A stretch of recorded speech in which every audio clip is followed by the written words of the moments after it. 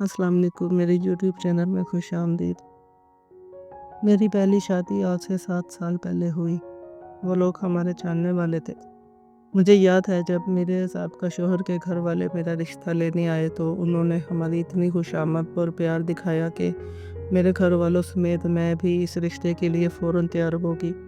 बेटी बनाकर रखूँगी, तुम्हें ज़िंदगी में कभी कोई तकलीफ़ नहीं आने दूँगी वगैरह वगैरह। शुरू में अपने साहब का शौहर का रवैया देखकर इन्हें लगा जैसे इस शख्स से ज़्यादा तो दुनिया में कोई मुझे प्यार कर ही नहीं सकता।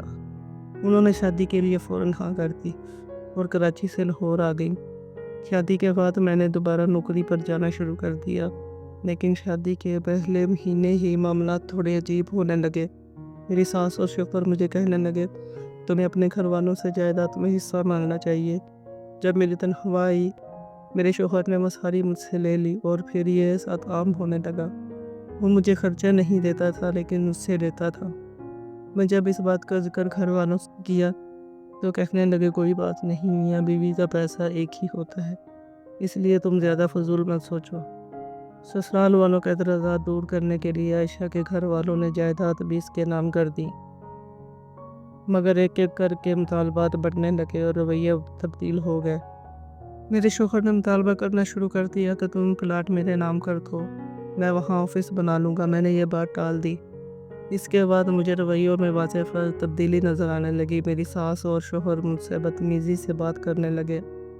जब मैं दफ्तर से घर आती तो घर आकर घर के सारे काम करती, हालांकि घर में मुलाजमों की फ़ौज थी। ऐसे हालात में वालिदैन भी इस मुश्किल से दो चार होते कि बेटी का घर बसाने के लिए भला इन्हें क्या किरदार अदा करना चाहिए।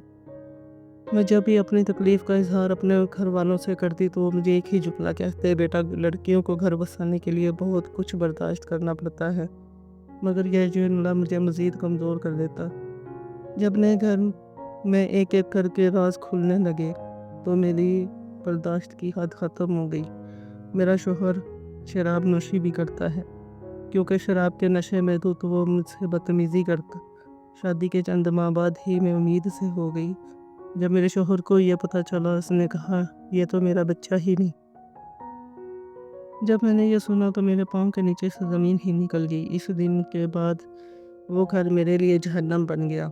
फिर एक दिन मेरे शौहर ने मुझ पर गंदे इल्ज़ामात लगाए और मुझे हमल की हालत में मारा पीटा और घर से निकाल दिया।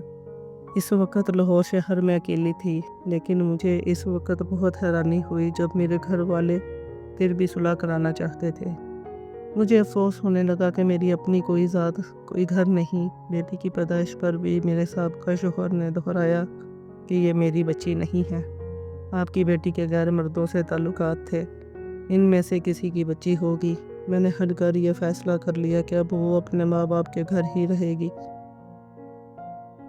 शादी और फिर तलाक आयशा के लिए ज़हनी दबाव का बास बना और इस दौरान वो इस काबिल भी नहीं हो सकी कि इस हवाले से किसी से मदद मांग सके।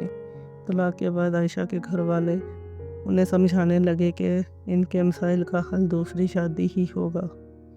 आयशा यह नहीं चाहती थी कि इन्हें दोबारा पहली शादी जैसे तजुर्बे से गुजरना पड़े दूसरी शादी के लिए। इसने यही शर्त रखी कि क्या इन्हें तलाक के बाद मुजरम समझा जाएगा।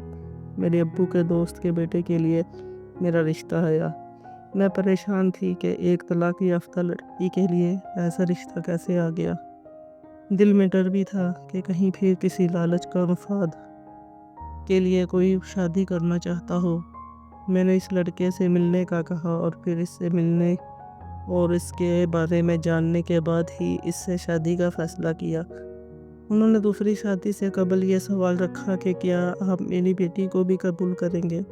जब यह जवाब मिला कि मैं इन्हें अपनी औलाद मानता हूँ तो वह इस बारे में मुतमईन हो गई।